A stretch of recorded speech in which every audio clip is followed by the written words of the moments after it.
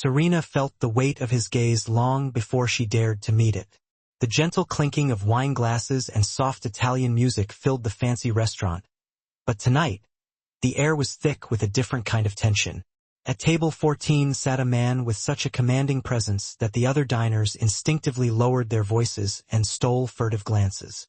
It was Dante Moretti, the most feared Mafia boss in the city, and he was accustomed to people falling over themselves to please him. Yet Serena, a junior waitress on the floor, did something no one else dared. She completely ignored him. Taking steadying breaths to calm her racing heart, Serena gracefully moved past Dante's table, her tray balanced perfectly in her palm, offering warm smiles to every guest except the brooding, tattooed man in the corner. Her crisp white apron swished around her knees as she deliberately kept busy at tables far away, filling water glasses here, clearing plates there. Anything to avoid Dante's table. Dante's dark eyes narrowed beneath neatly trimmed raven hair. He drummed his fingers, adorned with intricate black ink tattoos that disappeared under the cuffs of his tailored suit, against his untouched wine glass. He watched Serena intently, like a predator studying its prey, both perplexed and annoyed by the audacity of being overlooked. A low murmur rippled through Dante's entourage. One of his bodyguards leaned forward as Serena passed them by for the third time without so much as a fleeting glance. The guard's posture grew tense, awaiting his boss's reaction.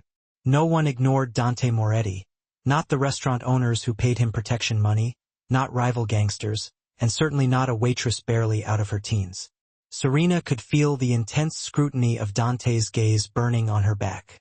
Her pulse hammered in her ears, but she maintained a serene expression, living up to her name, as if completely oblivious to the storm brewing at table 14. She was aware, of course. How could she not be? The entire staff knew who Dante was and what he was capable of. She'd overheard the urgent whispers from the restaurant manager when Dante and his men arrived. Make sure Mr. Moretti has everything he needs immediately. But Serena had made a decision that night. She wouldn't cater to a man like him beyond the absolute minimum. It was a quiet act of defiance, perhaps foolish, perhaps brave, fueled by a mixture of fear, anger, and principle burning in her chest. As Serena placed a bottle of sparkling water at another table, her colleague Mira hissed under her breath, "What are you doing?" "That's Dante Moretti over there. He's waiting for service." "I know exactly who he is," Serena whispered back without looking up, adjusting her tray. Her voice was calm, but her hands weren't entirely steady. Only Mira, close enough to notice, saw the slight tremble as Serena reached for an empty bread basket. Mira's eyes widened in alarm. "Then why aren't you?" "Someone else can serve him." Serena cut her friend off quietly. She forced a tight smile as a customer from table 10 thanked her for the water. Once the customer turned away, Serena added in a lower tone, "I'm not going over there, Mira." Before Mira could protest further, a deep, rich voice cut through the gentle clatter of the dining room. "Excuse me," Dante Moretti called out, his baritone polite but laced with an unmistakable edge of authority. He raised a hand slightly, summoning her. Conversations at nearby tables hushed. Even the musicians in the corner missed a few beats as the lead violinist's bow quivered off-key. Serena's stomach flipped. This was the moment she had been simultaneously dreading and stubbornly provoking. Every rational part of Serena's mind screamed at her to hurry over, plaster on a smile, apologize for any delay, and give the man whatever he wanted. That's what a smart person would do. That's what someone who valued their job, perhaps even their safety, would do. Instead, Serena inhaled slowly, pretending not to have heard him. Her heart hammered against her rib cage. She turned deliberately to pick up a pitcher of water from the waiter station, as if refilling it were the most important task in the world. Her defiance hung in the air, bold and undeniable. A few gasps came from a table where diners watched with bated breath.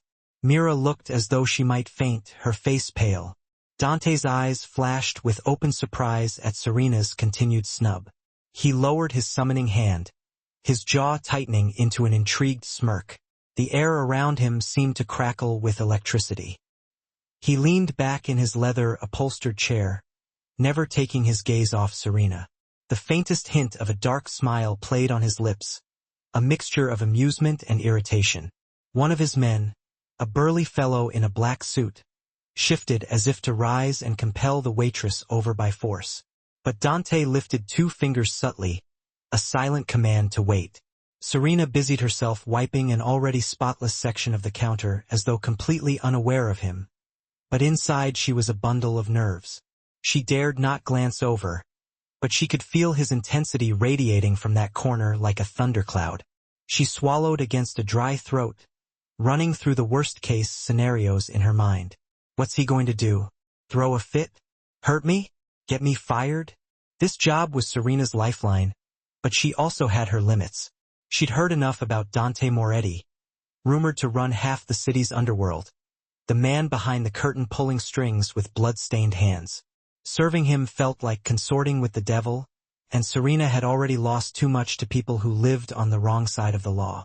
She thought of her kid brother at home, of the empty chair at her law school lectures, where she used to sit before her parents' accident ripped her normal life away. A man like Dante and his ilk were the reason she felt so much fear walking home at night. Why innocent people got hurt. If the silent protest tonight was a small stand for her principles, so be it. But Dante Moretti was not a man accustomed to patience or denial. After a few more charged seconds of watching Serena pretend he didn't exist, Dante exchanged a glance with his right-hand man, Nico, a tall, hawk-eyed figure lingering at the edge of the booth. Dante gave a slight nod. Nico understood instantly. The man pushed back his chair and stood, smoothing down his jacket. Serena's focus remained on the counter, but she sensed movement approaching, footsteps with purpose. Her fingers tightened around the handle of the water pitcher as Nico's broad shadow fell over her. "Mr. Moretti would like a word," Nico said in a low, courteous tone that did nothing to mask the steel beneath. It wasn't a mere request. A jolt went through Serena. She looked up into Nico's face. He had the cold, professional look of someone who'd seen years of violence without flinching. Her mouth went dry. I'm busy attending other guests," Serena managed, aware of how weak that excuse sounded, even to her own ears. She hated that her voice wavered just a touch. Nico didn't budge. "Now," he said, and though his lips formed a polite smile, the word was edged with quiet menace. Mira was tugging at Serena's elbow with silent pleading, her eyes saying, "Just go. Are you crazy?" Around them, diners stared openly, sensing a spectacle. Serena realized her stand had only 2 possible outcomes now: back down or double down. Her heart was pounding so hard it hurt, but a stubborn part of her refused to submit completely. She set down the water pitcher with deliberate calm and drew herself up to her full height, still a head shorter than Nico. "Lead the way," she said, hoping the tremor in her knees didn't show. Nico turned and walked back toward the corner booth. Heads turned and whispers followed in their wake as Serena followed, her stomach doing flips. She felt Mira's frightened gaze on her back and squared her shoulders a little more. Each step felt surreal, as if the floor might open up and swallow her whole. The soft glow of chandelier light glinted off Dante's rings as he steepled his fingers, watching her approach with an unreadable expression. When Serena finally stood at the edge of his table, she noticed details she'd avoided seeing before. The intricate patterns of ink peeking out from under his cuffs and collar. A snake, a rose, hints of letters curling over strong wrists and a hint of a muscular neck. The tailored suit in midnight blue that fit his broad shoulders perfectly, and those eyes, dark, dissecting, disturbingly beautiful, fixed on her as if she were the most fascinating thing in the room. Dante motioned with 2 fingers toward the empty spot in the semicircular booth beside him. "Sit," he said softly. A simple word, but laced with a quiet command that made clear it was not optional. Serena's heart skipped a beat. Sit next to him. It was highly irregular for a staff member to join a guest, let alone this guest. Her instincts screamed to keep her distance. "I'd prefer to stand, if you don't mind," she replied, careful to keep her tone respectful. She clasped her hands behind her back so he wouldn't see them shake. For a moment, Dante merely regarded her. The corner of his mouth twitched, perhaps in displeasure at her not immediately obeying.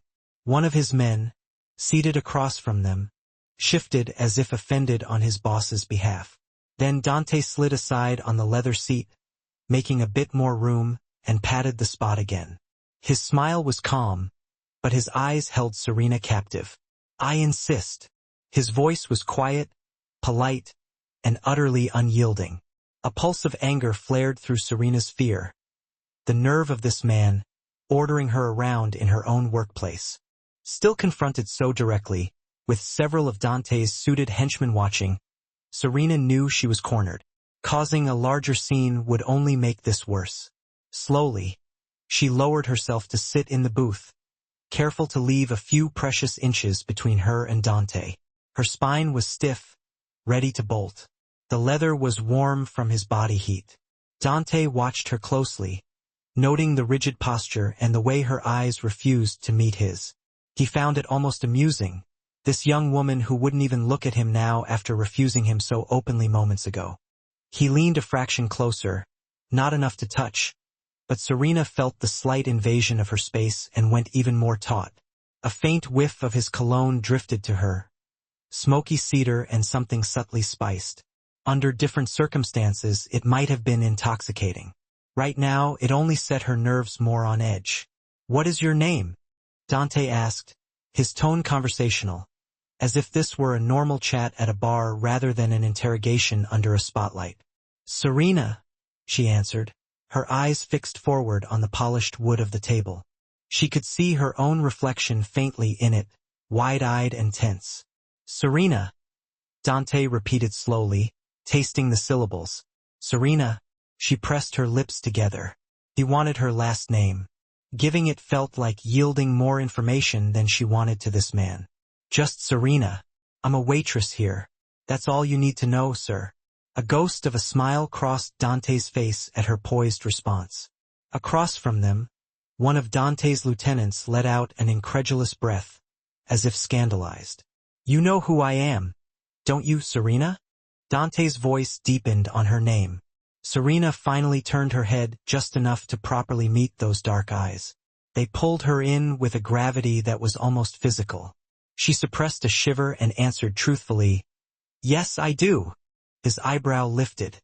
Clearly, her candor caught him off guard for an instant. He recovered fast, offering a tight smile. "Then you understand that when I call, you answer." It wasn't a question. It was a statement of how his world worked, delivered with velvety menace. A spark of defiance ignited in Serena at his presumption. "With all due respect, I was occupied with another table," she replied, her voice quieter now, but steady. "I intended no offense." A lie. She absolutely intended to snub him, but she doubted telling Dante Moretti that to his face would end well. Dante considered her, the silence stretching. Serena could feel her pulse in her throat. He had a way of looking unblinking that made the truth feel exposed. She wondered if he could sense her deception. "Oh, occupied, huh?" he murmured. One strong arm draped over the back of the booth behind Serena, casually caging her without even touching her. This restaurant prides itself on attentiveness.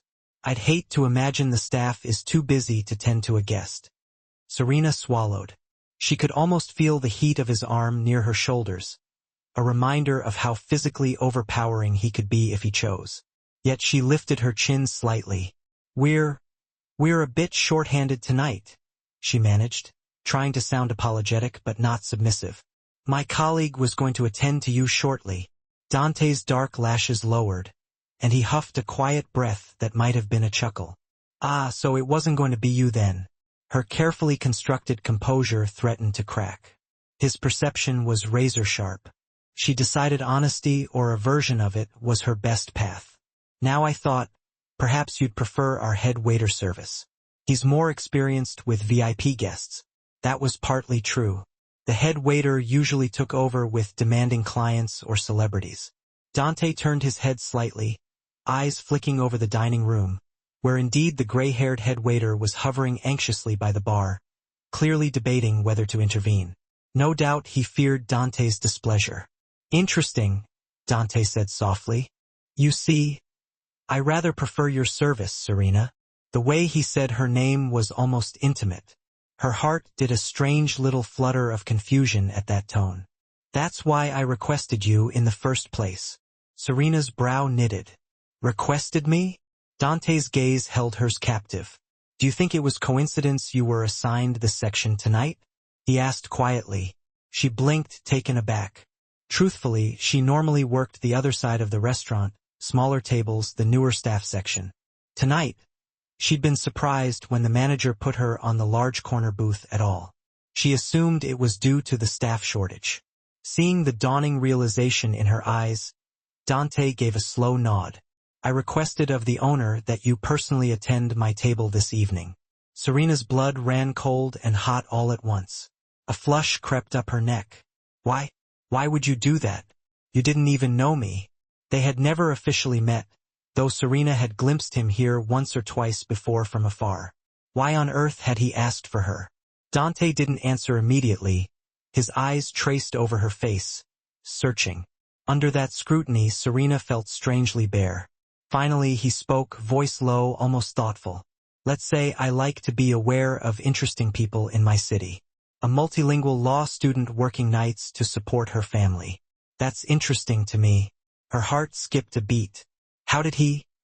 He gently tapped a finger on the table, noting her shock. Yes, Serena, I know a bit about you.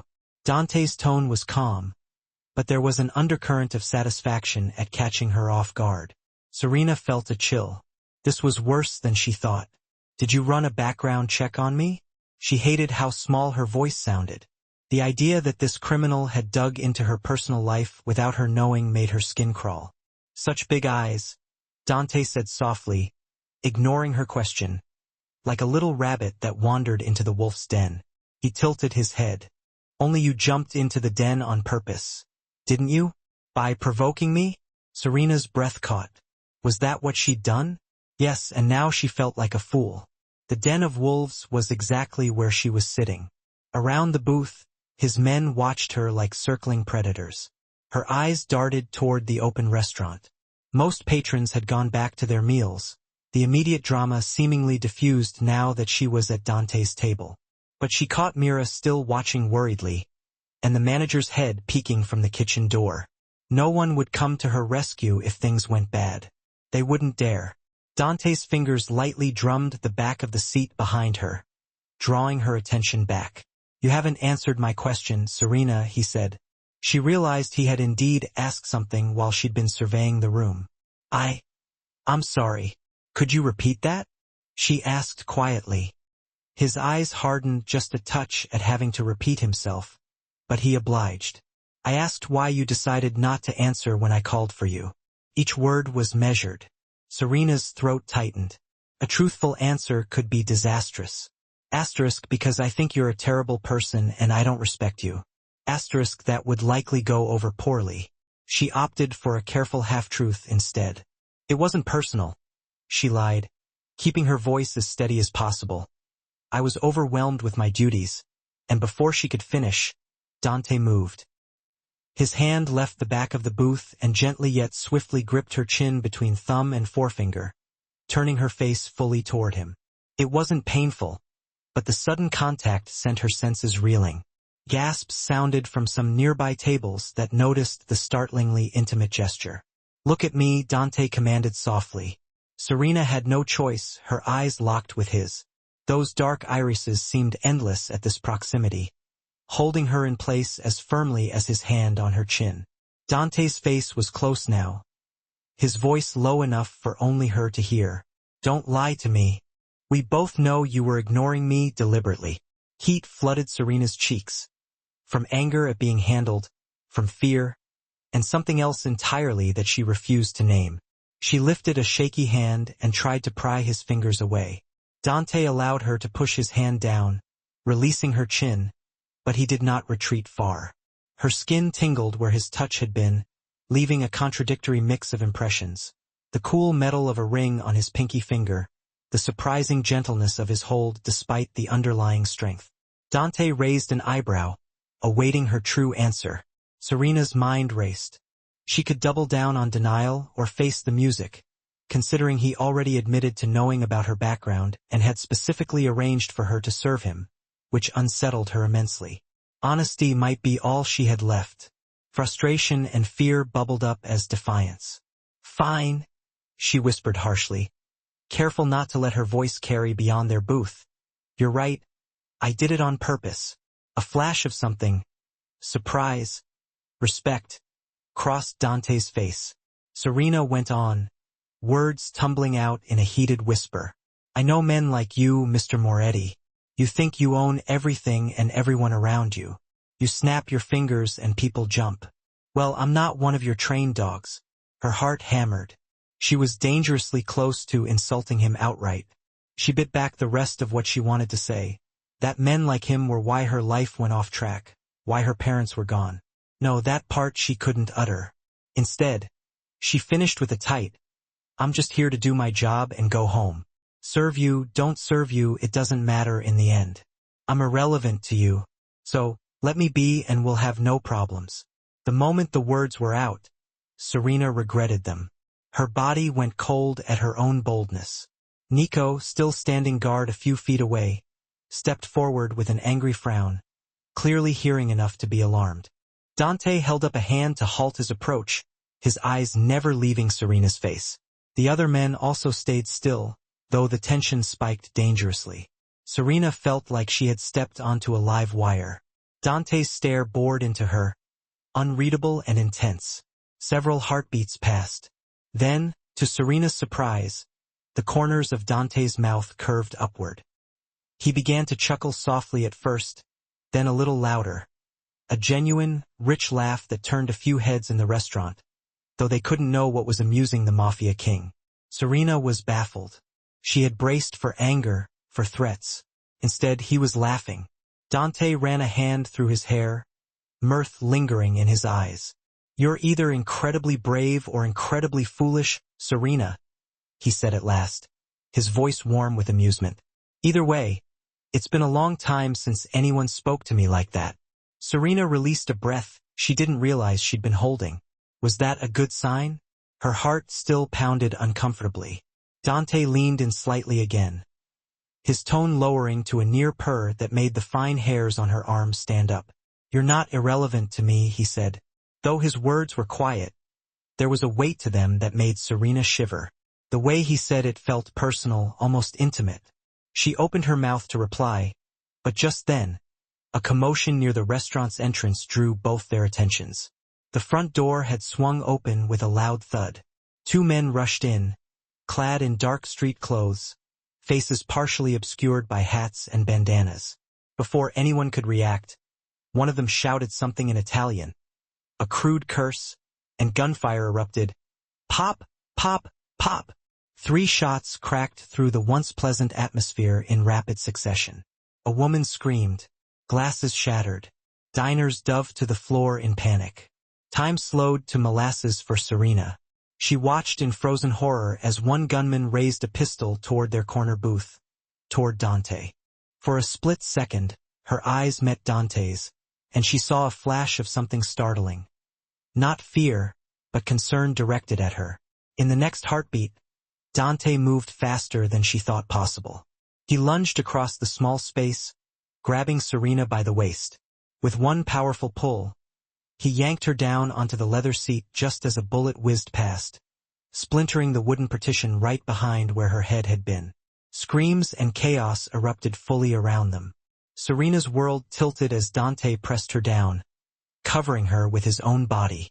Her back hit the leather seat, and he was half on top of her, shielding her with a solid chest and arms bracketing her protectively. The sharp scent of gunpowder filled the air, mixed with terrified cries and the crash of overturned chairs.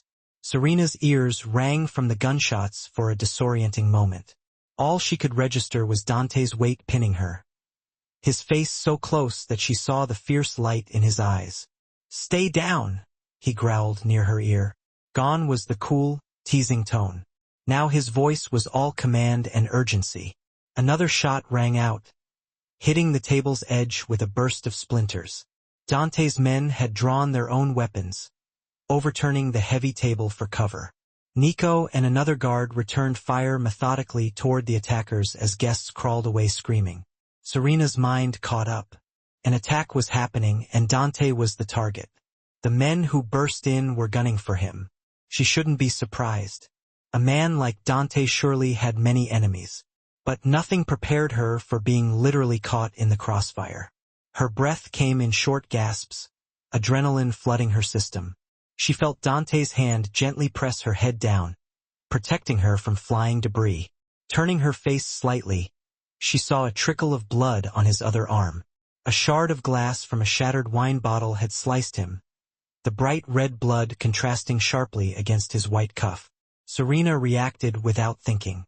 In a strange bubble of calm amidst the chaos, her old training kicked in. She'd taken basic first aid classes and had even considered volunteering as an EMT back in school. Her fingers shaking, she grabbed a clean napkin that had fallen from the table and pressed it against Dante's bleeding forearm. He glanced down in surprise. "It's nothing," he said dismissively, but his gaze softened on her for a moment. Another barrage of bullets cracked, the attackers relentless. More rounds slammed into the walls, and the bar's mirror shattered with a crash. The air was thick with terror and plaster dust. From behind the overturned table, Nico yelled, "Boss, we need to get you out of here. Back exit, now." Dante nodded sharply, shifting off Serena just enough to give her a stern look. Stay low and come with me. It wasn't a request, and his tone brooked no argument. Outside their makeshift shelter, Serena became acutely aware of everything. A woman sobbing under a table, a man yelling for someone to call the police, and the moans of an injured customer. Her heart ached at the chaos. I can't just leave these people. Serena stammered, spotting a wounded busboy on the floor a few feet away, clutching his leg where blood was pooling. Instinct took over, and she started to rise, intending to help him. Dante's hand clamped on her wrist, quick as lightning. "Don't," he hissed, his eyes fierce. "You'll get shot." Torn between fear and duty, Serena looked helplessly at the boy writhing in pain. He was just a teenager and his face was ashen. Dante followed her gaze, then swore under his breath in Italian. With a jerk of his chin, he signaled one of his men. "Mario, grab the kid on your way out," he ordered. Immediately, the burly guard lunged toward the injured busboy, hefting him up under the arms. Relief flooded Serena that the boy would be taken care of. Dante was already pulling her along, crouch-walking with Nico providing cover. Serena held tight to Dante's arm as they moved swiftly toward the kitchen corridor that led to the back door. Gunfire still popped, and one of Dante's men fired a covering shot, buying them a second. Serena felt a rush of air as another bullet zinged past her ear, striking the kitchen's swinging door ahead. She choked back a scream, focusing on moving, one foot in front of the other, while staying hunched low. They slipped through the swinging door into the stainless steel expanse of the kitchen. Frightened staff pressed themselves against counters, screaming at the sudden eruption of violence in their midst. Nico led the way to the rear exit, his gun raised. Dante kept his body between Serena and any danger, shielding her through the maze of counters and hanging pots. Serena's hand was clasped tightly in his now, her knuckles white as she held on for dear life. At the back, one of Dante's men kicked open the emergency exit. The alley outside was dimly lit, a black SUV idling just beyond, its headlights off, likely Dante's getaway vehicle, summoned by his forward-thinking crew. Nico dashed out first, checking the alley. "Clear," he barked. Dante hurried Serena toward the SUV. Mario followed, carrying the injured busboy, who whimpered but clung to consciousness. Another guard remained at the door, covering their retreat. Within seconds, Serena was bundled into the back seat of the SUV. Dante slid in right after, slamming the door. Nico jumped into the driver's seat, and the engine roared to life. Tires squealed as they sped off into the night, leaving the carnage behind. Serena pressed herself into the leather seat, her chest heaving as reality crashed down. She had just survived a shootout, and now she was in a car with the Mafia. She'd left her workplace in chaos, injured people behind, and the police were likely on their way. And her manager, Mira, was probably wondering if she'd been kidnapped or killed. "Everyone okay?" Nico called from the front, his eyes flicking to the rearview mirror. Dante quickly assessed the situation. Serena seemed physically unharmed, just shaking like a leaf. Mario was applying pressure to the busboy's leg wound with the napkin Serena had given Dante, now repurposed for the worse injury. The teen groaned softly, but he was alive. "I've got you, kid. Stay with me," Mario said, trying to staunch the bleeding. Dante responded, "Go to the docks now." Nico nodded, making a sharp turn that pressed Serena against Dante. She barely registered it, practically leaning into Dante's side. Her whole body trembled uncontrollably as adrenaline flooded her system. "Where are you taking me?" she managed, her voice trembling. "Somewhere safe," Dante replied firmly. "And where he nodded toward the injured boy, "can get help." Serena gulped a breath, trying to steady herself. She realized her hands were sticky. Looking down, she saw Dante's blood from his cut smeared on her palms. She stared at the red stain, and suddenly it all caught up to her in a dizzying rush. The gunshots, the screams, being held down under Dante's arm as bullets flew. Her vision blurred. She was fainting. No, stay awake," she urged herself, but the shock was too much. She swayed. "Serena, look at me." Dante's voice cut through the haze, and his arm tightened around her shoulders to steady her. She blinked hard, focusing on his face inches from hers in the dim car. His expression was uncharacteristically gentle, his brow furrowed in concern. "That's it. Breathe," Dante said. It was strangely comforting how calm and steady his voice remained. Even now, Serena took a shuddery breath, then another, her vision clearing. "There you go," he murmured, holding her until she nodded that she was okay. Only then did he ease his protective hold, though he kept his arm resting behind her. Serena shut her eyes for a moment, centering herself as best she could. She pictured her little brother's face. She needed to stay alive and sane for him. A tear escaped down her cheek before she could stop it. "My brother," she croaked suddenly, her eyes snapping open. "He's home alone. If those men—" She looked at Dante in alarm, horrified that if the attackers thought she was close to Dante, they might target her family. Dante's face hardened in understanding. "Phone," he ordered. Nico tossed a cell phone back without hesitation. Dante caught it and handed it to Serena. "Call your brother now. Tell him to lock all the doors and windows. Stay inside until he hears from you again." Dante's tone left no room for delay. Her hands shaking, Serena dialed Danny's number from memory. It rang seemingly forever. "Please answer." A sleepy voice finally picked up. "Hello, Danny?" Serena burst out more urgently than she meant to. Her 12-year-old brother's voice immediately sharpened with worry. "Serena, what's wrong? Are you okay?" Serena struggled to sound calm. I'm fine, honey." Her voice quavered, undermining her claim. She swallowed. "Listen carefully. I need you to go around the house right now and make sure every door and window is locked. Okay? Don't open the door for anyone, no matter what." On the line, Danny paused, confused and afraid. "It's late. Did something happen? You're scaring me." Serena closed her eyes, pressing back more tears. "I'm sorry. I don't mean to scare you. Just trust me and do this and stay away from the windows. Maybe stay in our bedroom." There was a shuffling sound, likely Danny hurrying to check locks as told. "Okay, I'm doing it," he said, a little breathless. "But where are you? When are you coming home?" Serena bit her lip.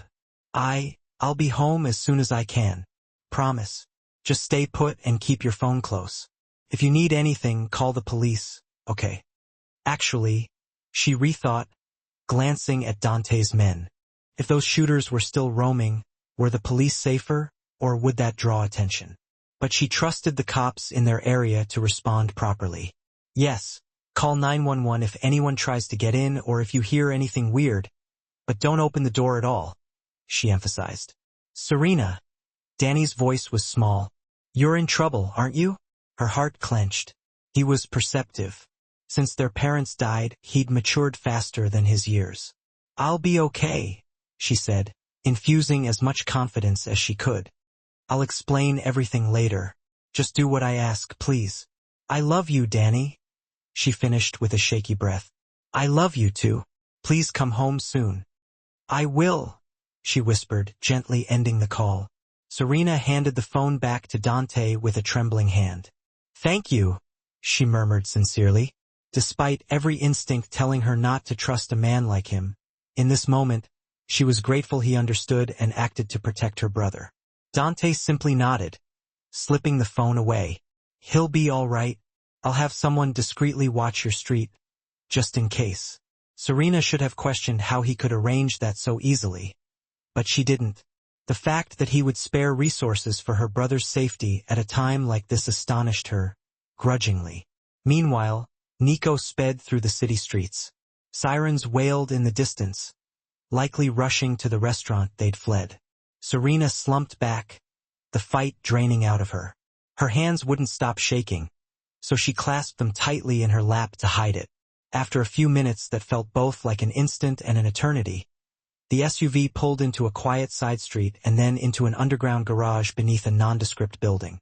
A sign at the entrance read, Fontana Imports Deliveries Only. The gate rolled down behind them, enclosing them in dim fluorescent light.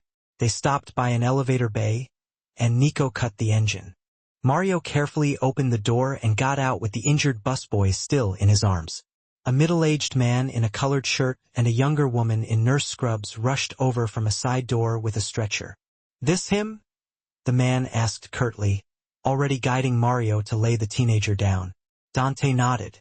Stray bullet to the leg through and through. Keep him stable and anonymous. Document. The doctor was already examining the wound as the nurse cut open the pant leg. You got it. I'll take care of him. Who's the girl? He added in a lower tone, flicking a glance at Serena as if asking whether she needed treatment. Serena started to answer, but Dante stepped in. She's with me, he said firmly, as if that explained everything. She's fine. Maybe a scratch or two. See to him first. In truth, Serena had a few minor scrapes on her hands and knees she hadn't noticed, likely from crawling or falling during the escape, but nothing serious. She was largely okay. The doctor and nurse whisked the stretcher away, presumably to a private clinic space Dante had set up. Mario followed to assist. Nico lingered by the car, speaking quietly into a phone, likely coordinating security or getting updates on the attack. That left Serena standing by Dante in the cool garage, utterly out of her depth. Now that the immediate danger had passed, an awkward silence grew. Serena realized she was essentially alone with Dante Moretti, the notorious Mafia boss she had been desperate to avoid just hours ago. Underscore how the tables had turned. Underscore here she was, saved by the very man she defied. Her life still in his hands in more ways than one. She must have swayed on her feet because Dante gently touched her elbow. You should sit. You've had a shock. Serena let him guide her to a low concrete step by the wall. She sank down, her legs weak. Thank you, she murmured, taking a moment to breathe. It was all she could think to say. Dante crouched down in front of her so he could look her in the eye. In the harsh light, his features were a mix of hard angles and unexpected softness. A streak of blood stained his shirt sleeve, but he seemed unbothered by his own injury. His focus was entirely on her. You're safe here, he said quietly. No one can reach you. Promise. Something in his tone made her believe him. She nodded faintly. Those men, they were trying to kill you. It wasn't a question, more a stunned realization spoken aloud. A muscle in Dante's jaw ticked. Yes. Serena hesitated, then asked, Because of who you are? Dante's lips pressed into a thin line. His eyes flickered with some emotion she couldn't quite read. Anger? Regret? Shame? But it was gone in an instant. That would be a fair assumption, he answered finally. Serena lowered her gaze. She had resented him as a criminal, but seeing the violent consequences of his world firsthand was entirely different. People were hurt, nearly killed tonight, including possibly herself, all because of these feuds and power plays. A wave of anger surged through her, mingled with exhaustion. Without thinking, she blurted out, "This is exactly why I didn't want anything to do with you." Her voice trembled, but once she started, she couldn't stop. "People around you get hurt.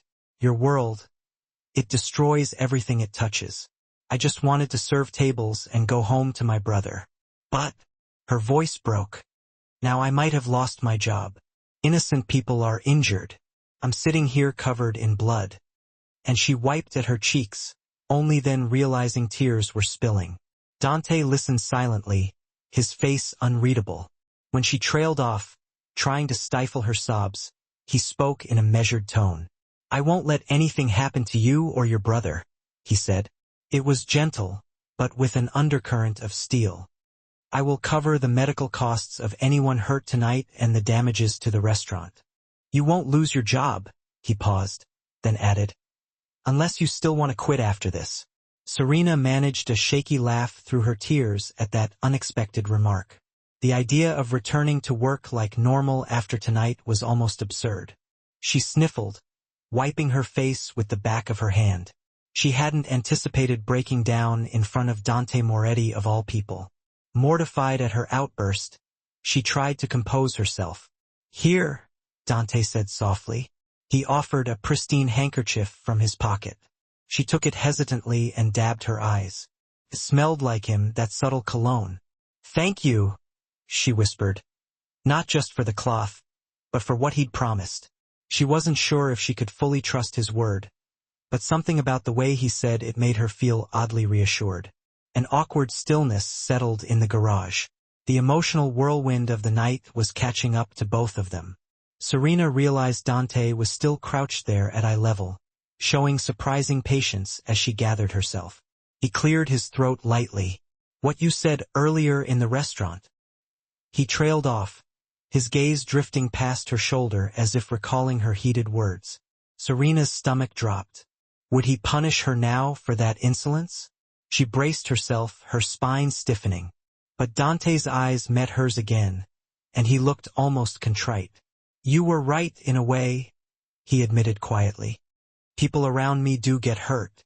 It's why I keep certain boundaries, why I usually don't let myself care about anyone outside my circle." Serena felt a small tug in her chest at the rawness in his tone. Was Dante Moretti confessing regret? He continued, "I don't want what happened tonight to happen ever again. Especially not to you." The intensity in that last line made her breath hitch. She searched his face. "Then maybe you should keep away from me," she said softly, though the thought made an unexpected pang in her heart. After all, she'd wanted nothing but distance from him at first, right? Dante's expression hardened with resolve. "No, that would be worse. Those men saw you. They'll think you're connected to me now. If they're foolish enough to try again, they could target you to get at me." Serena's blood ran cold. She hadn't considered that. By getting involved tonight, she and Danny might now be targets. She could never forgive herself if harm came to her brother because of her. What do we do then?" she asked, her voice a fragile whisper. Dante rose from his crouch in one fluid motion. He extended a hand to her. "We ensure they can't hurt you. That means staying somewhere secure until my men find out who they were and deal with it." Serena stared at his offered hand, then up at him. "Staying somewhere secure? You mean, with you?" He inclined his head. "My home is heavily guarded, or a safe house if you prefer. But I promise you'll be protected. You have my word, Serena." The idea of stepping even deeper into his world frightened her. Yet, could she really go back to her apartment and pretend everything was fine? If he was right, she and Danny might be in danger as witnesses or perceived pawns. She realized she already implicitly trusted Dante to keep that promise. He had saved her life tonight, and he had shown concern for her brother's safety, too. Slowly, Serena placed her hand in his. His fingers closed around hers firmly, their warmth steadying her frayed nerves. "Okay," she conceded quietly. "Just until this is sorted." She added the qualifier to herself to feel less like she was surrendering her normal life entirely. Dante gently pulled her to her feet. The world spun a bit, and she was still drained, so he caught her by the elbow to steady her. Standing this close, Serena was reminded of how tall and solid he was. Yet, she didn't feel scared, just aware. "All right?" Dante said, a hint of relief in his voice. He turned to Nico, who had finished his call and was watching respectfully. "Bring the car around front. We'll head home." Nico nodded and jogged off to retrieve the vehicle to street level. Dante looked back at Serena. "We'll pick up your brother on the way," he said. Serena's eyes widened. Pick up Danny? But Dante raised a placating hand. "He'll be safer under guard with us. You'll feel better having him where you can see he's okay. No. Serena had to admit the thought of having Danny with her was a huge relief. She hated leaving him alone when dangerous people were at large. Still, bringing a 12-year-old into a mobster's home felt crazy. Dante must have sensed her hesitation. "I have a younger sister," he offered unexpectedly, his voice gentler. "She's older than your brother now, but when she was little I took care of her. I know how important siblings are. I give you my word. I'll treat Danny as if he were family." The sincerity in his tone melted Serena's remaining resistance. "Okay," she agreed. "Thank you." As Nico pulled the car around, Serena quickly texted Danny to expect her soon, and that a friend was driving her. She left out specifics, just told him to pack an overnight bag. She had a feeling they wouldn't return home immediately. It felt surreal sending such instructions to her kid brother. Moments later, Dante was guiding Serena into the back seat of a different car. A low-key black sedan this time. Dante took the seat beside her, while Nico drove. 15 minutes later, they arrived on Serena's quiet residential street. It was nearly midnight, and Danny was peeking from behind the curtains anxiously. Serena insisted she approach the door alone to avoid scaring him with strange men. Dante agreed, hanging back by the car with Nico. The moment Serena unlocked the door, Danny yanked it open and flung himself into her arms. "I was so scared," he mumbled against her, his voice wobbling. She hugged him fiercely, her heart hurting with love and relief. "It's okay. I'm okay," she whispered. "But we have to leave for a bit, honey, just for safety. I promise I'll explain later." Danny pulled back, wiping his eyes with his sleeve. That's when he noticed the black sedan at the curb and the two imposing figures standing near it under the street lamp.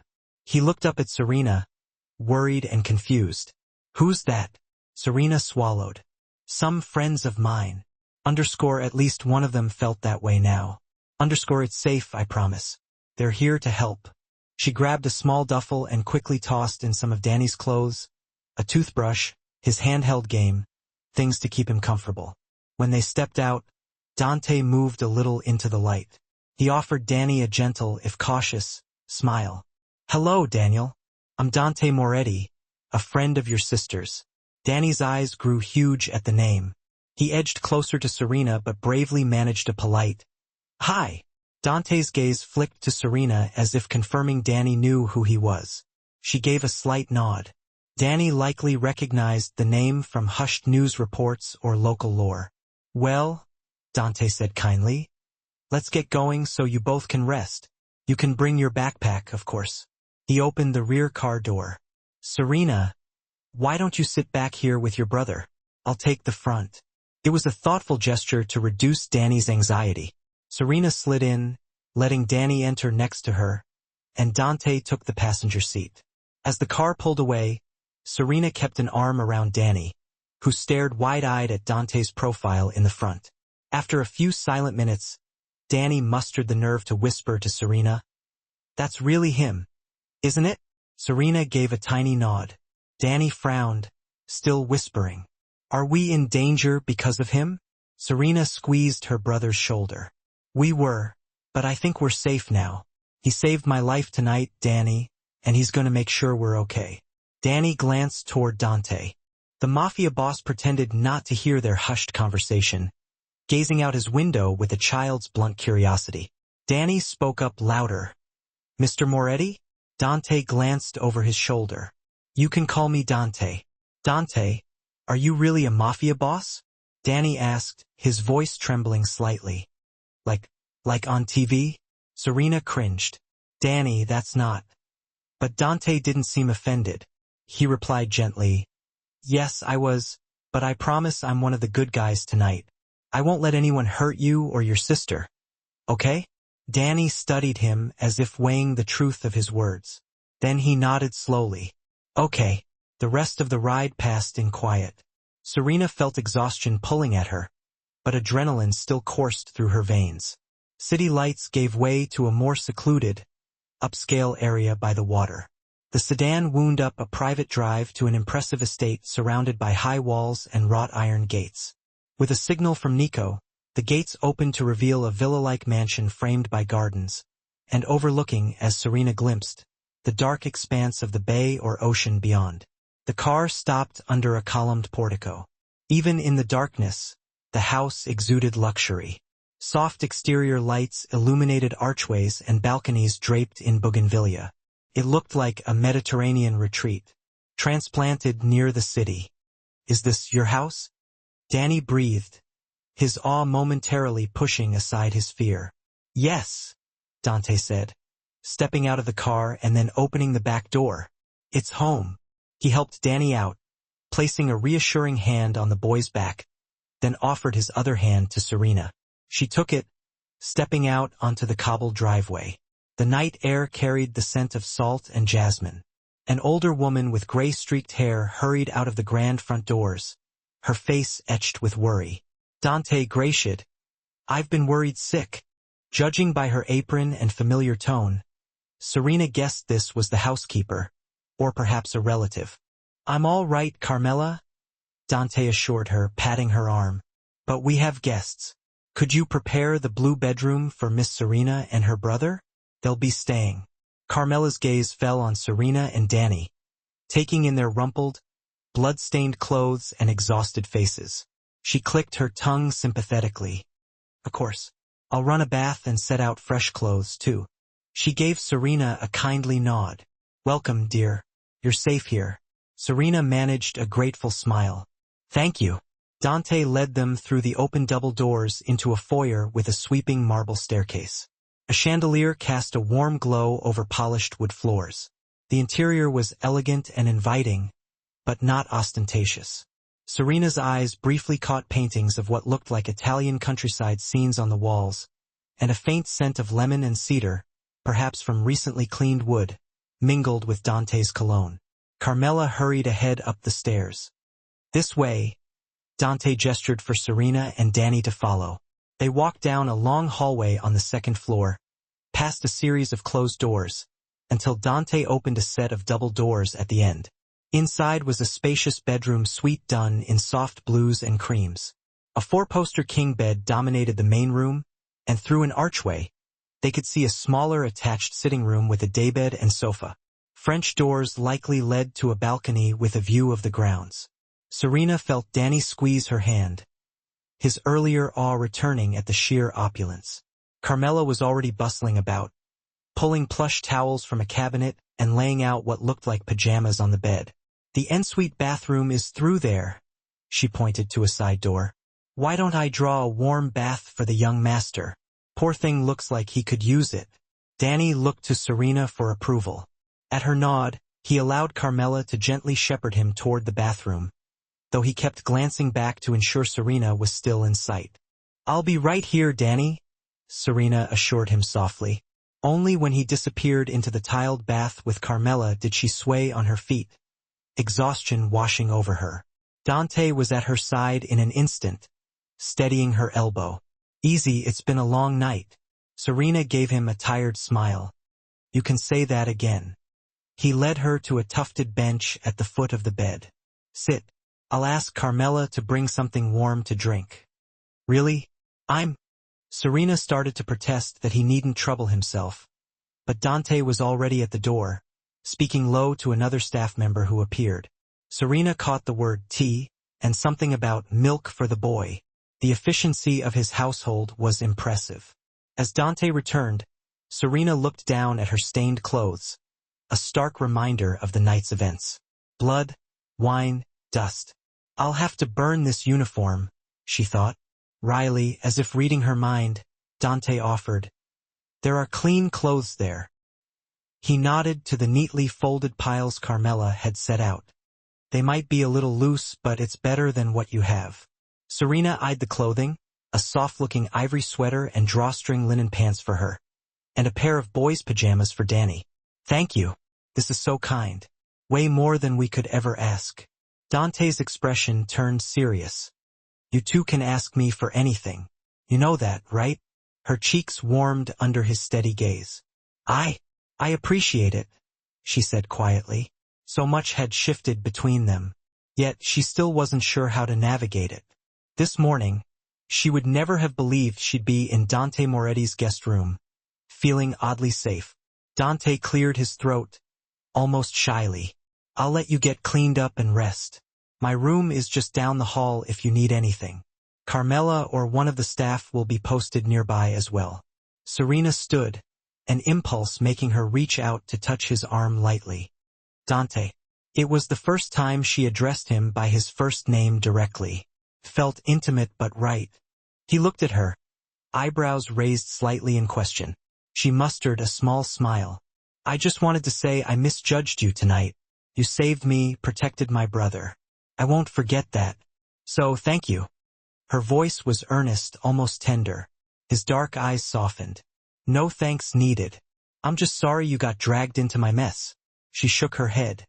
Maybe it was my fate for being so stubborn, she said with a tired chuckle. Dante gave a faint smile. They stood there for a moment, the air between them thick with unspoken words. He looked like he wanted to say something more, but just then, Carmela reemerged with Danny, who was now clean, damp-haired, and dressed in two big pajamas, likely hand-me-downs from Dante's family. Serena guessed. The boy yawned widely. Carmela smiled at them. He's all set, already nodding off. Indeed, Danny blinked heavy lids, instinctively moving to Serena's side. Serena wrapped an arm around him. Thank you, Carmela, for everything. The housekeeper waved a hand. Think nothing of it. I'll leave some cocoa here if he wants it, and chamomile tea for you. She nodded toward the side table where a tray with mugs had been placed. Then, with a pointed look at Dante, she added, You should get some rest too, Riato. It's nearly morning. I will, Dante promised. He gently squeezed Carmela's shoulder. Thank you. Once Carmela departed, Dante turned back to Serena and Danny. The boy was half asleep against Serena. I'll let you both get some sleep, Dante said softly. He hesitated, then reached out to ruffle Danny's hair. Good night, Danny. You're safe here. Danny managed a drowsy smile. Good night, Dante. He then shuffled toward the small daybed in the attached room, mumbling, Is it okay if I sleep here, Serena? It's cool, like my own little room. Serena helped him onto the daybed, tucking the provided blanket around him. I'll be right in the next room if you need me. Okay. Okay, he murmured, already curling up with the ease of a child who, despite the drama, now felt secure enough to sleep. Serena stepped back to the main bedroom where Dante still lingered by the door, as if unwilling to leave until he was certain they were all right. Their eyes met in the warm lamplight. His face showed the strain of the night, a faint bruise on his temple she hadn't noticed before, lines of worry around his eyes. Yet he offered her a small smile. Try to get some rest. We'll talk more in the morning. Good night, Dante, she said softly. He inclined his head. Good night, Serena. On impulse, she added, Sweet dreams. It was a simple phrase, but the way his eyes warmed at it sent a flutter through her. With one last lingering glance, Dante slipped out, pulling the double doors gently shut behind him. Serena released a long breath. What a day. No, what a night. She changed out of her ruined uniform into the soft sweater and linen pants. As Carmela thought, they were a tad roomy, but clean and comfortable. She washed her face and hands in the ensuite sink, watching reddish-tinged water swirl away. It felt symbolic, washing away the blood and fear of the day. Finally, she padded barefoot back into the bedroom. She peeked in on Danny, sound asleep, mouth slightly open, his small chest rising and falling steadily. Relief swelled in her. They were safe.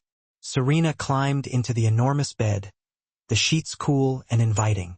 When she clicked off the lamp, darkness enveloped the room, broken only by a sliver of moonlight through the drapes. Yet, she lay awake for a while, her mind refusing to shut off. Every time she closed her eyes, the night's images replayed. Dante's hand with that ring reaching to tilt her chin, the muzzle flashes of guns, his arms around her under the table, his voice telling her to breathe, the determined look on his face as he vowed to protect them. She turned over, staring at the ceiling. Outside, waves gently lapped and a night bird trilled. It was peaceful here, a world away from the violence of earlier. Eventually, exhaustion overtook her. Serena drifted into a restless sleep. Dreams populated by dark shapes chasing her through a labyrinth of restaurant tables and shattered glass. But each time terror threatened to overwhelm, a strong arm would pull her out of danger, and a low, steady voice would call her name, guiding her through the chaos. In the end, it wasn't fear she felt, but the steady beat of a heart against her cheek, and the warmth of a protective embrace carrying her into the light. Morning light found Serena awakened by the distant sound of waves and the unfamiliar comfort of silk sheets. For a blissful, drowsy instant, she forgot where she was. She snuggled into the plush bed, thinking she was home in her own lumpy mattress. But then her eyes flew open, taking in the elegant blue room. The events of the previous night came crashing back. She sat up quickly, heart rate spiking, until she saw a small form curled on the daybed in the adjacent sitting room. Danny safe, still sleeping, his arm thrown over a pillow. Serena exhaled in relief. They had made it through the night. Sunlight filtered through gauzy curtains, painting the room in gentle gold. A glance at the ornate clock on the wall told her it was past 9 a.m. She never slept this late, especially not on a workday. Work, the restaurant, what must they think? And Mira? But as she rose, wincing at a bruise on her knee, Serena realized going back to the restaurant was out of the question for now. Everything had changed. She needed to speak to Dante to understand what came next. Quietly, she peeked in at Danny once more. He was exhausted enough to keep sleeping. Better to let him. Serena decided to freshen up. She found her uniform from last night had vanished. Someone must have whisked it away to wash or burn it. In its place lay a neat stack of casual clothes that fit her well enough. Jeans and a soft blue blouse, possibly belonging to Dante's late mother or sister. Serena changed quickly, combed her dark hair with her fingers, and slipped out to find Dante. The house was silent in the way large homes often are, each sound swallowed by high ceilings and long hallways. Serena followed the faint aroma of coffee down the grand staircase and toward an open set of double doors that led to a sunny patio. There she found Dante standing by an wrought iron table set with breakfast. He was on the phone, speaking low and serious in Italian. He wore a crisp black shirt, sleeves rolled to his elbows, revealing sinewy forearms, and more of those swirling tattoos. In daylight, they gave him an even more dangerous appeal. Yet here he was, buttering a piece of toast while on a business call. He looked up as Serena stepped onto the patio. Their eyes met, and Dante's hardened expression immediately softened.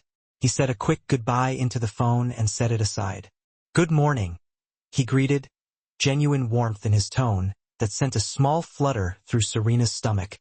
"Morning," she replied, suddenly shy. She smoothed a stray lock of hair behind her ear. She hadn't exactly had a chance to brush it. Probably looked a mess. If it did, Dante didn't seem to mind. He gestured to the table. "Please join me. I wasn't sure what you like, but we have fruit, pastries, and coffee, of course." At the mention of coffee, Serena realized how much she needed caffeine. "Coffee sounds amazing," she said, moving to one of the cushioned chairs. A gentle sea breeze caressed her face. The patio overlooked a manicured garden sloping toward a glittering expanse of water beyond the property fence. "The bay," she guessed. It was breathtaking. "This place is beautiful," she said softly, taking it in. Dante poured her a cup from a silver carafe. "It was my father's idea. He always wanted a home by the water. Reminded him of the old country." Serena accepted the coffee. Your father, is he? He passed years ago. Dante replied matter-of-factly, though she heard an undertone of pain. My mother as well shortly after. I ended up with the house. I'm sorry, Serena said heartfelt. She knew what it was like to lose both parents. Dante nodded in thanks. He took a seat across from her. For a moment, both were quiet, sipping coffee and letting the morning calm wrap around them. Finally, Dante spoke. I have news about last night. Serena sat down her cup, tensing slightly. What did you find out? His jaw hardened. The men who attacked were hired guns, not directly affiliated with any major family. Likely mercenaries paid by someone who wanted to send a message. A message? Serena echoed. To you? Dante inclined his head. To me, or specifically about you? She blinked, unease rising. Me? I don't even know anyone who would. Dante held up a hand gently. It seems word got around quickly that I took an interest in a waitress. Perhaps someone thought to exploit that. One of my rivals, Franco Bianca. He's been getting bold lately. My sources suggest he orchestrated the hit, thinking to catch me off guard in public. And when they saw me protective of you, they gave them the idea to use you as leverage. Serena swallowed hard. So if I hadn't been there, they might not have attacked. Dante frowned. No, don't think that. They came to kill me. You being there was just an opportunity to unsettle me. Franco has been looking for a chance to strike. If not last night, another time soon. She processed that. It alleviated a sliver of guilt she didn't realize she carried. Guilt that, by provoking Dante, she might have triggered the chaos. But it also sank in deeper that she was entangled in his dangerous world now by mere association. What will you do? She asked quietly, dreading the answer. Dante's eyes hardened. I'm going to deal with Franco before he tries something like that again. I've already sent a message to arrange a meeting to settle this once and for all. Serena's stomach nodded. A meeting in Dante's terms likely meant a violent confrontation. Dante? He looked at her steadily. This is how it has to be, Serena. If I don't respond decisively, others will see weakness. More could come after us. I won't have you or Danny living under that threat. I need to end it. His use of us and the fierce protectiveness in his voice made Serena's heart tug. But the prospect of more violence, of Dante risking his life in a mob showdown, terrified her. There's been enough bloodshed, she pleaded softly. Isn't there another way? Could you involve the police? If you know Bianca did this. She stopped at Dante's look. It wasn't anger, but disappointment. You know I can't go to the police, Serena. Not without damning myself and my own people. The law, it doesn't protect men like me. We handle things our way. Serena lowered her gaze. Of course, the law. For a moment, she'd let herself forget who he was. She rubbed her temples, anxiety building. Dante reached across the table and gently rested his hand over hers. The contact was warm and unexpectedly comforting. I promise I'll be careful, he said, his voice low. I've survived many years in this life. I have no intention of leaving it in a box. She flinched at the morbid phrase. He squeezed her hand reassuringly. I also have no intention of allowing Franco to ever come near you or Danny again. Once this is handled, you'll be free. You both will.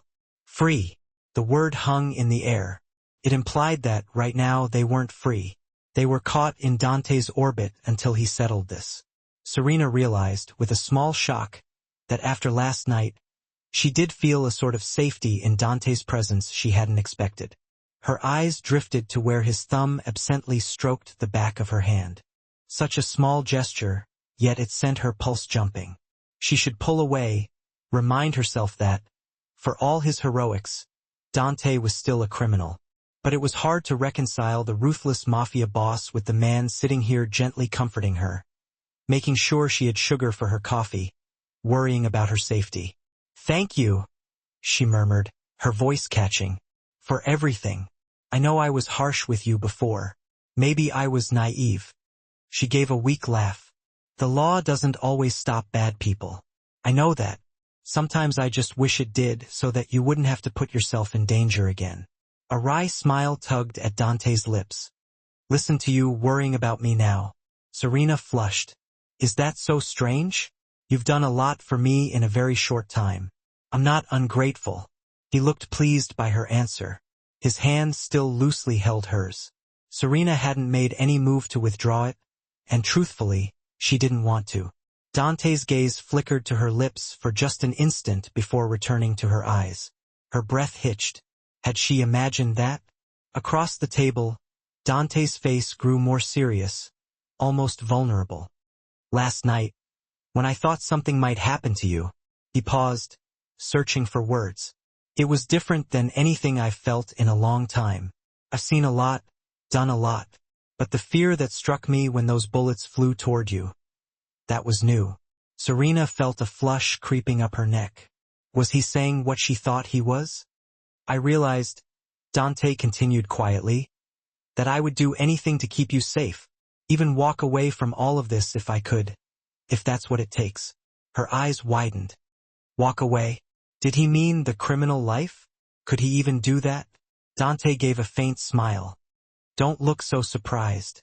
You said something yesterday about me thinking I own everything. Maybe that was true once.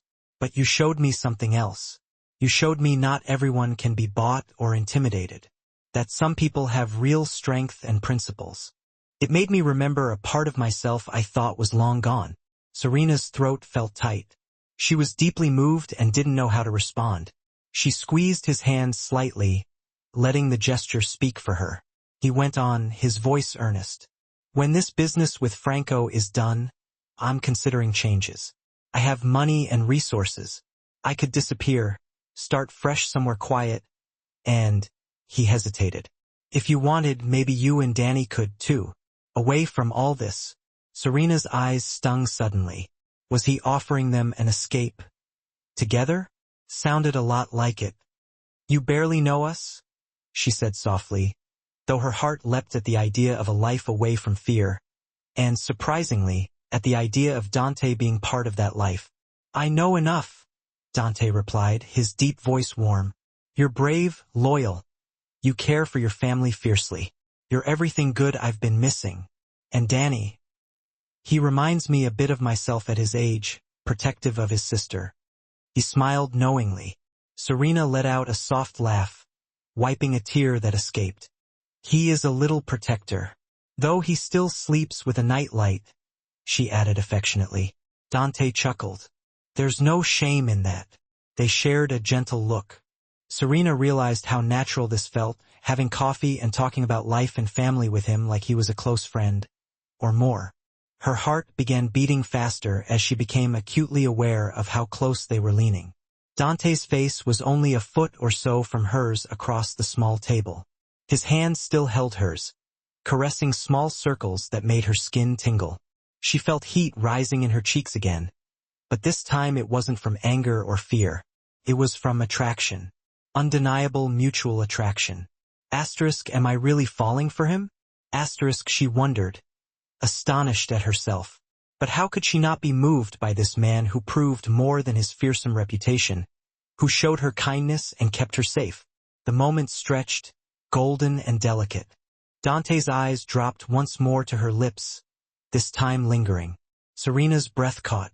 She found herself leaning forward ever so slightly, drawn in as if by gravity. Dante mirrored her, leaning closer across the table. The world narrowed to just them.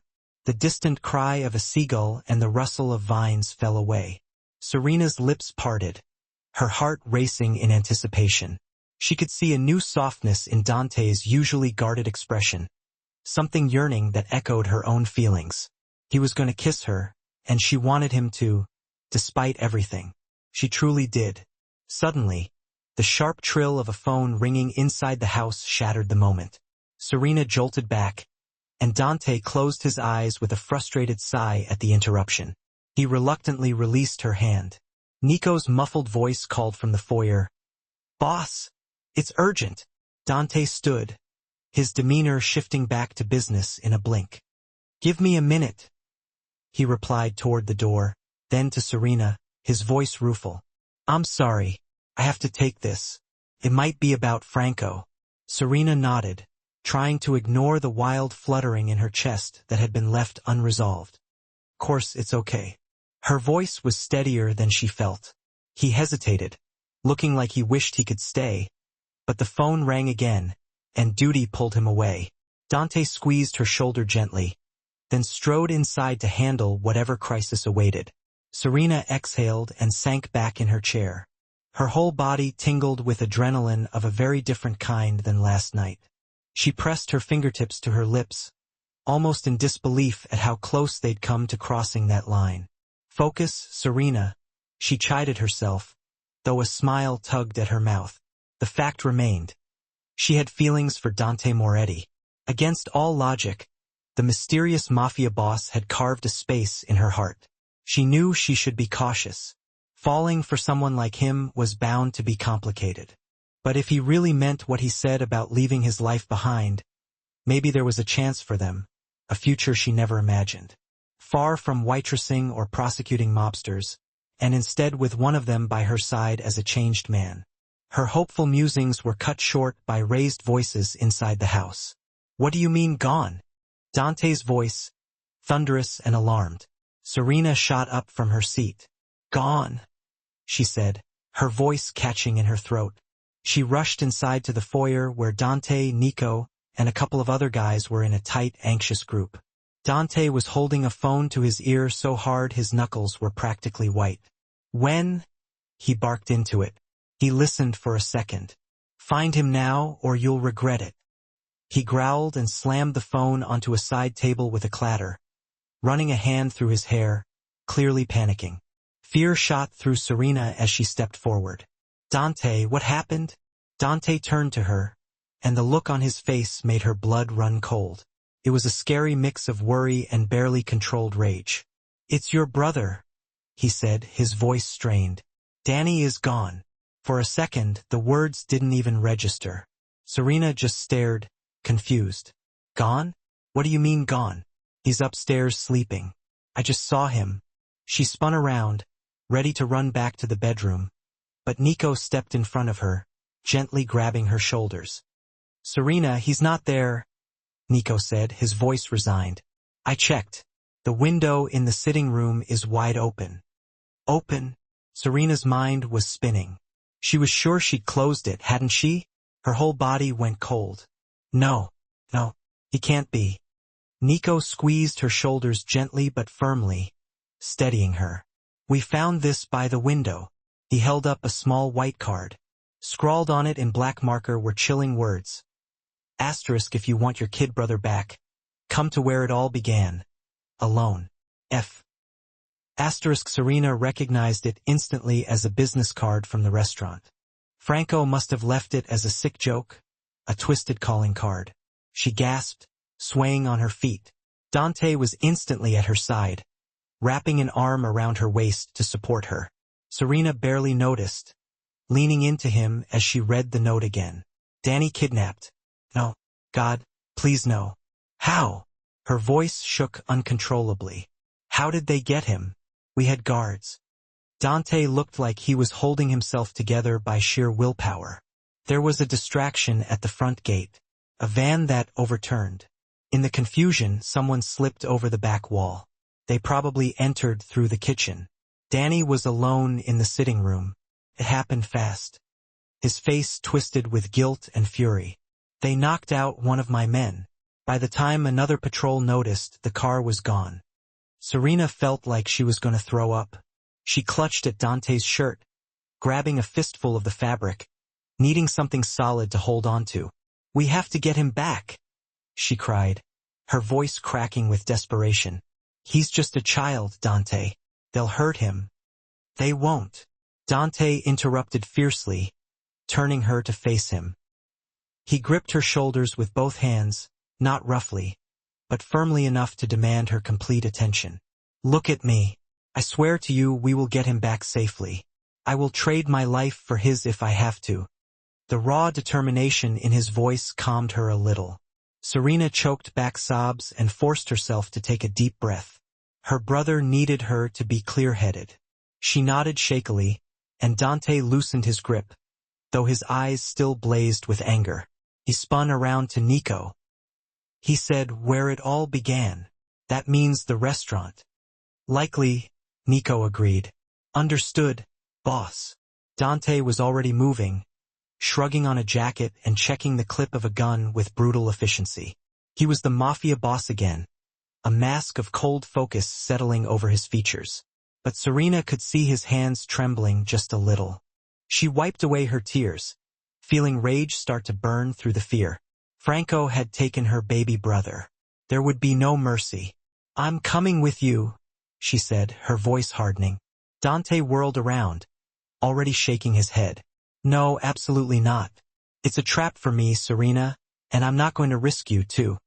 Serena squared her shoulders, her anger giving her strength. "This is my brother. I'm not staying behind. Either I go with you now, or I'll find my own way there." Dante looked torn between frustration and reluctant admiration for her stubbornness. Behind him, one of his other men muttered, "She's as stubborn as the boss." Nico gave a slight nod. "She might be safer with us than left here, boss, given the circumstances." Dante cursed under his breath, then pointed a finger at Serena. "Fine, but you do exactly as I say. Understood? And you stay behind me. Understood?" "Understood," she replied immediately. In different circumstances, Serena might have smiled at how quickly he'd given in. But right now, her thoughts were only on Danny. Nico strapped an extra Kevlar vest on under his jacket and handed one to Dante, who then offered it to Serena. It was way too large and bulky, but she slipped it on anyway. Dante opened a cabinet near the foyer and pulled out a compact handgun. He hesitated for just a second before holding it out to Serena. Her stomach flipped at the sight of the weapon. The memory of last night's violence was still fresh. I've never." His voice was gentle but firm. "Take it for protection. Aim and pull. That's it. I pray you won't need it." Serena's hand shook as she accepted the cold metal. It felt heavy and wrong in her hand, but she nodded resolutely. "Oh, okay." Dante stepped forward and placed his hands over hers on the gun for a moment, meeting her eyes. "Safety's here. Leave it off now. Only use it if you absolutely have to. And if you do," his jaw tightened, "don't hesitate. They won't." Serena swallowed hard and nodded. She slid the pistol into the deep pocket of the coat Carmela had hurriedly given her, hoping she wouldn't have to use it. Within minutes, they were back in the car, speeding toward the city. Dante drove this time, wanting to be in control. Serena sat in the back with Nico to keep her hidden. Dante was worried Franco's lookouts might spot the car early if she was visible. 2 other vehicles with Dante's men followed at a distance, providing backup. As they sped down the highway, Serena closed her eyes and sent every prayer she knew out into the universe. *, please let Danny be okay. *, she also made a silent vow. *, if her brother is harmed, nothing in heaven or hell will stop me from making Franco pay. *, they approached the restaurant just after noon. It was still closed off with police tape from the night before's investigation. The windows were still riddled with bullet holes. Franco clearly wasn't concerned with subtlety. Dante parked a block away, as instructed in the note. He turned off the engine. They sat for a second in tense silence. Dante took a deep breath and turned in his seat to face Serena. His eyes searched hers, showing equal parts fear and determination. Gently, he reached out and cupped her cheek. "If anything goes wrong, no," Serena interrupted, placing her hand over his. "Don't you dare say goodbye." A muscle in his jaw twitched. "We'll get him out, but Franco, he might not honor his word. I need you to be prepared for anything." Serena nodded, even though her heart was in her throat. "I am." He studied her for a beat, then unexpectedly leaned forward and pressed a quick, hard kiss to her forehead. "Stay behind me, and no matter what happens, keep yourself safe.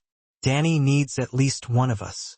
Before she could respond, he pulled away and got out of the car. Serena steeled herself, her fingers brushing the hidden gun in her pocket, and followed. The midday sun was blinding after being in the darkness of the car. The street was eerily quiet, considering the circumstances. Dante walked beside Serena, keeping her slightly behind his right shoulder. Nico trailed a few paces back, pretending to be distant, but she knew he was ready to jump in at any moment. The other backup teams remained out of sight for now. They reached the restaurant's front entrance. The door was slightly ajar. Dante pushed it open, and the bell tinkled oddly in the silence. Inside, Serena's heart clenched. The dining area was dim and in disarray from the shootout. Chairs were overturned, dried blood stained the floor in places, and yellow evidence markers were still scattered around. It reeked of stale fear and cleaning bleach. And there, in the center of it all, was Franco Bianca. He stood there with casual arrogance, flanked by 3 goons with guns pointed at the door. Franco was wearing a light-colored suit and a smug expression that was almost unbearable. A bandage was wrapped around his left forearm, the souvenir of Dante's bullet. Serena realized grimly. Despite his injury, Franco looked triumphant. Serena's eyes immediately went to Danny. Her little brother was being held by a huge man to the side. A hand clamped over Danny's mouth and a gun pointed at his head. He looked unharmed, but he was clearly terrified, tears streaming down his cheeks. Serena almost broke cover and ran to him right then, but Dante stepped forward, keeping himself slightly in front of her. "Franco!" Dante greeted him, his voice low and dangerous. "You wanted me. Here I am. Let the boy go." Franco chuckled, stepping forward. "Dante Moretti, always so heroic. I'll admit you had me worried last night, running off and all. But look, you came right to me. Gift-wrapped, and you even brought your pretty little waitress. How sweet." His eyes flicked to Serena, and she saw the malice in them. Rage flared inside her at his gaze. But Dante shifted slightly, blocking Franco's view of her. "You have me. Let the boy go as agreed." "Agreed?" Franco laughed, a cold, grating sound. "I don't recall agreeing to anything yet. Here's my offer. You surrender, turn over control of your territories to me, and I might let the boy and the girl walk away unharmed. You, however," he smirked, "well, your reign ends today, one way or another." Serena's hands clenched into fists. She could feel the tension radiating from Dante. Even unarmed, as far as she could see, he radiated lethal intent. "Franco, you harm that child, and you'll wish the police got to you before I do," Dante growled. Franco rolled his eyes. "Spare me. This whole mess is because you went soft for a piece of skirt. Did you think you could play house, Moretti? Look how easy it was for me to snatch the boy. What if I'd taken the girl instead? Huh?" He flashed a predatory grin at Serena over Dante's shoulder. "Maybe I still will after I put you in the ground. A little trophy for my victory." Dante lunged forward half a step, fury twisting his face. "Touch her, and I'll Franco sang, raising a hand. His gunmen cocked their weapons in unison, aiming at Dante. The man holding Danny pressed the pistol harder to the boy's temple, making Danny whimper. Dante froze, his chest heaving with barely controlled rage. Serena could feel her own nails digging into her palms. She had to clench her jaw to keep from screaming at Franco. "That's better," Franco sneered. "Now toss any guns. Nice and slow." Dante raised his hands slightly. From the corner of her eye, Serena saw him slide a small pistol from his waistband with 2 fingers and drop it to the floor. One thug strode forward to kick it away. "Good," Franco said. "Now, here's how it's going to go. You, Dante, will walk out that back door with my associates into their van, and we'll take a little drive. Once I have you secure, I'll release the boy, maybe even the waitress if I'm feeling generous. Though," he leered, "I might keep her around. She's got spirit." Serena trembled with hatred. She subtly shifted her position half a step to the side, trying to get a clear shot at the man holding Danny. Dante had told her to stay behind him, but her best chance, literally, at protecting them might come from an unexpected angle. The goon with Danny was about 10 feet to their right, slightly behind the bar, and his attention was mostly on Dante. One shot, Serena thought. If she could take that guy down, Dante could probably handle the rest in the chaos, but she had to time it perfectly. Dante's voice rang out, drawing Franco's attention fully back to him. "I'll go with you willingly if you let them go right now. That's the only way this ends without more blood." Franco sneered. "No bargaining, Moretti. You're in no position. First, you get in the van, then I'll consider letting the brats go. Or maybe I'll leave them here with a phone to call 911 after we're gone. Either way, you'll be dead by tonight." Dante's eyes flicked to Danny, then to Serena. She saw turmoil in them. He was weighing Franco's words, trying to find a safe option for them. Finally, Dante slowly lowered himself to his knees, putting his hands behind his head. In a quiet, hoarse voice, he said, "Let the boy step away, and I'll do whatever you want. Just don't hurt him." Serena's heart plummeted. Dante was surrendering. Franco's face lit up with victorious glee. One of the gunmen moved to yank Dante's arms and began binding his wrists with a zip tie. Serena realized with dawning horror that if they tied Dante up and took him, Franco would never keep his promise. Danny would be collateral damage, and she'd likely end up silenced as well. No, this could not happen. Her mind flashed back to the pistol in her pocket and to every crime drama and self-defense lesson she'd ever seen or known. If there was ever a time for her to be brave, it was now. Her hands trembling, she carefully slid the gun from her coat pocket, keeping it hidden behind her thigh. The safety was already off, as Dante had instructed. Her eyes met Dante's for a fraction of a second.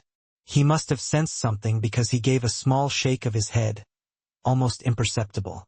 He was telling her no, but Serena ignored it. She had to act. Drawing a steadying breath, she stepped forward, moving slightly to Dante's left, giving her a clearer angle toward Danny's captor. The man noticed and barked, "Stay where you are, girl." Franco's attention snapped to Serena. "Ah, the heroine emerges. Feeling left out, dear?" Serena raised her hands as if in surrender, her right hand still gripping the gun hidden along her thigh. Her heart was in her throat. She had never shot anyone, never even truly imagined doing so. But for Danny and Dante, she would. She deliberately let a few tears spill, feigning fear to distract them. "Please, let my brother go. He's just a kid," she pleaded, her voice shaking. Franco smirked. "Oh, touching. Don't worry, sweetheart. You'll see him soon enough." Serena's blood boiled. She took one more step, now standing directly in front of Dante, who remained on his knees. Her movement placed her almost between Dante and Franco's men, partially blocking their immediate line of fire if she acted fast. She met Dante's eyes briefly. In them, she saw fear for her, not for himself. And she saw something else: trust. He gave the slightest nod. "Now!" Serena screamed, and in one fluid motion, she pulled the pistol up from behind her leg and fired at the thug holding Danny. The gun's report was deafening in the enclosed space. Her aim was a touch off. The bullet slammed into the man's shoulder, not his chest as intended, but it did the job. The thug yelled in pain, stumbling backward and releasing Danny. The gun at Danny's head clattered away as the man reflexively grabbed his shoulder. Chaos erupted. Dante lunged up from his knees, crashing into the gunman beside him before the man could react. Nico, who had crept up right outside the entrance, burst in with his weapon drawn, firing at the third thug by Franco. That man went down with a cry, clutching his leg. Franco cursed and dove for cover behind an overturned table, drawing his own pistol in a flash. Danny, now free, scampered instinctively toward Serena. She rushed forward and pushed him behind a solid wooden pillar. "Stay down," she gasped, positioning herself between him and the danger. Dante was wrestling with the thug he'd tackled, the two of them rolling behind a booth in a flurry of fists. A shot rang out. Serena's heart nearly stopped, but a second later, Dante stood up, having slammed the man's head into the floor, knocking him unconscious. The thug's stray shot had buried itself in the ceiling. Nico engaged the goon Serena had hit, who, despite his shoulder wound, was scrambling for his dropped gun. 2 quick shots from Nico's pistol and the man collapsed incapacitated. Only Franco remained. He popped up from behind the table and fired wildly in Serena's direction. She ducked, covering Danny's smaller body with hers as would splintered around them. Her heart was hammering. In her peripheral vision, she saw Dante moving, circling to flank Franco from the side. Sirens wailed in the distance. Someone, probably the backup teams outside or a bystander, had called the police. This needed to end now. Serena peeked around the pillar and saw Franco taking aim at Dante. Something fierce surged through her. She would not let this monster hurt Dante or Danny ever again. Steadying her shaking arm on the pillar for support, Serena took a deep breath, then stepped out just enough to get a clear shot. Franco's eyes shifted to her, surprise flickering across his face. Perhaps he hadn't expected her to reappear with that kind of fire in her eyes. She didn't hesitate. Serena squeezed the trigger. Asterisk click. Asterisk jam. Her stomach dropped in horror. The pistol didn't fire. Either it was out of bullets or it had jammed after the first shot. Franco's lips curled into a snarl, and he swung his gun toward her. Time seemed to slow down. Serena felt a strange sense of calm.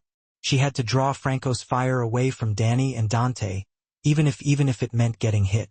She locked eyes with Franco defiantly, bracing herself. But Dante was faster. In a single powerful move, he crashed into Franco from the side just as the gun went off. The shot went wide, shattering a hanging lamp. Dante and Franco tumbled to the ground in a heap. Franco was surprisingly quick for a man his age. He twisted, trying to bring his gun to bear. They grappled intensely, both grunting with effort. Dante's face was a mask of fury and determination. Serena frantically looked for something to help. Her gun was useless now. Out of the corner of her eye, she spotted Franco's revolver, which had been knocked from his hand during the scuffle. It lay just a foot or two away from the two men, half hidden under a chair. Nico was tending to the downed thugs, making sure they were disarmed and unable to rejoin the fight. It was down to Dante and Franco and Serena. She sprinted forward, adrenaline overriding her fear, just as Franco broke partially free and reached for the fallen revolver. Serena kicked it with all her might, sending the weapon skittering across the floor, far out of reach. "You little," Franco snarled, abandoning the gun and lunging at Serena in rage, his hands outstretched. Dante roared and grabbed Franco around the torso, hauling him back. Franco elbowed Dante in his wounded arm, making him falter with a groan. Serena reacted instantly. The wine bottle Dante had uncorked the night before was still on the table nearby, miraculously unbroken. She snatched it up and, with a cry, smashed it against Franco's head as hard as she could. The bottle didn't break, but Franco's eyes went wide, a stunned oof escaping his lips. He crumpled to the floor in a daze. Dante stood over Franco's prone form, his chest heaving. He looked at Serena, concern flooding his expression. "Are you hurt?" She shook her head quickly, the adrenaline making her feel almost giddy. "No, I'm okay. Danny, here." Danny emerged cautiously from behind the pillar and ran into Serena's arms. She hugged him fiercely, feeling his little heart pounding as wildly as her own. "It's okay. I've got you," she whispered, tears of relief finally spilling down her face. "Police, drop your weapons." A chorus of voices rang out as half a dozen officers poured in through the front, guns drawn. In the distance, sirens wailed. Nico, who had already disarmed himself, raised his hands high. Dante slowly raised his hands too, stepping away from Franco's groaning form. Serena did the same, one arm still protectively around Danny. The next few minutes were a blur of shouted commands and confusion. The officers saw the unconscious and wounded kidnappers and saw Franco and Dante, known figures, and had to try and make sense of the bizarre scene. Serena, still holding Danny close, immediately began to explain everything in a rush. "That man, Franco, he kidnapped my brother. We were rescuing him. He tried to kill us."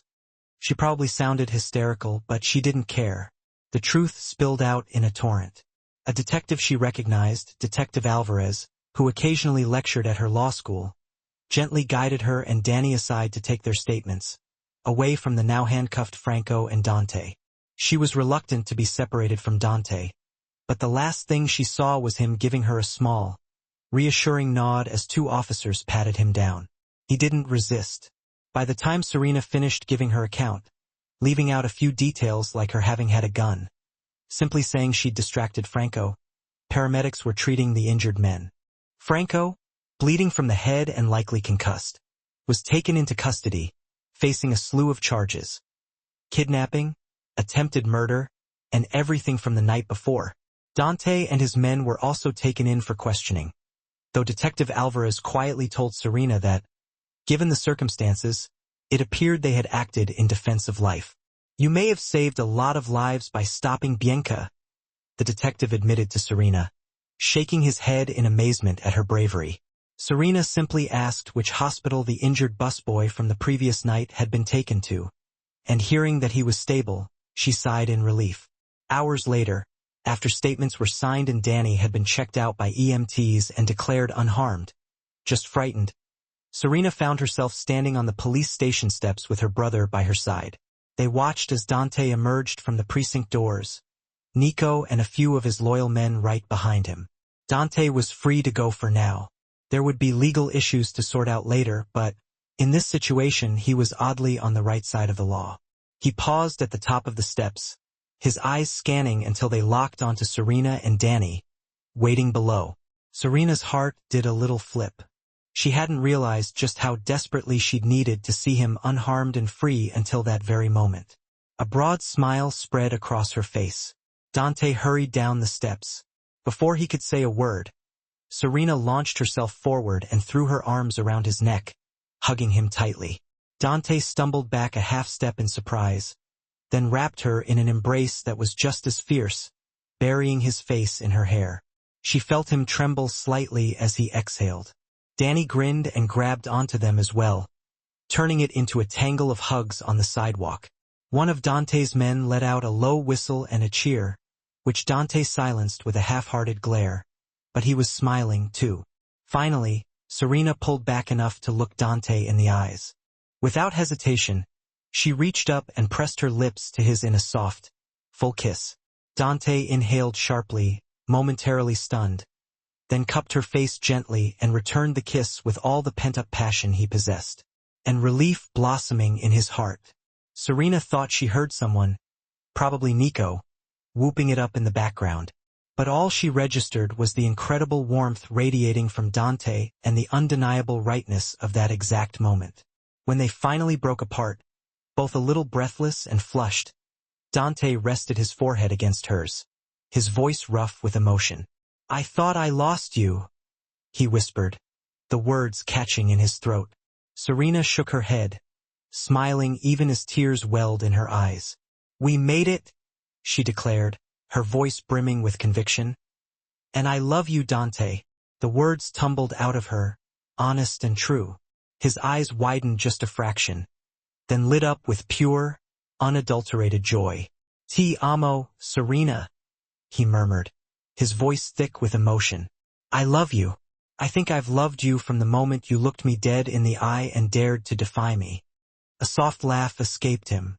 "Or maybe even from the moment I first heard you speak and realized what an absolutely remarkable woman you are."